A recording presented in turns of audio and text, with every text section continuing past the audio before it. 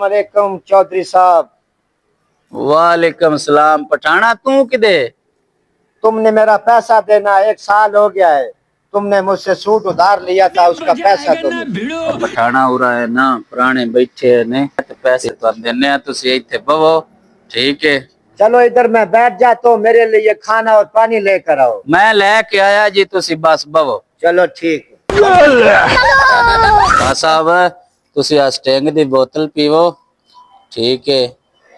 ते पैसे जेड़े ने ना वो मैं तुहानू कोई हफ्ते तक देना वा, ठीक है? पुराने आए ने हुण मैं 5 पिंडां दा चौधरी हां, मेरी बिस्ती है तू पुराणियां विच रौला पाया पैसे दे पानी पिएगा। चौधरी साहब पानी मैंने पी लिया है, तो मेरी रोटी का इंतजाम करो।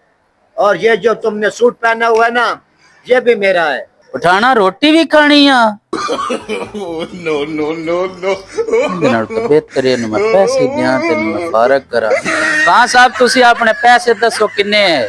मेरा आपके पास बकाया 750 रुपया है। ये हुण भी रोटी मंगदा पे 750 दी ते हुण खा जानी, जे मैं पैसे ना देते तो 750 दी इस राती खा जानी। कहां साहब मैं आपको पैसे देता हूँ, लाए पठाना आ तेरे पैसे नहीं ते अल्लाह दे हवाले हो। चौधरी साहब आपका बहुत बहुत मेहरबानी। मैं और भी कपड़ा लाया हूँ, तुम्हारे लिए बॉस की सूट लाया हूँ मैं, वो भी ले लो मुझसे।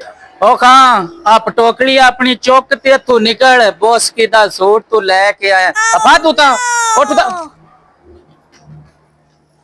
जावड़ पर हम सब आए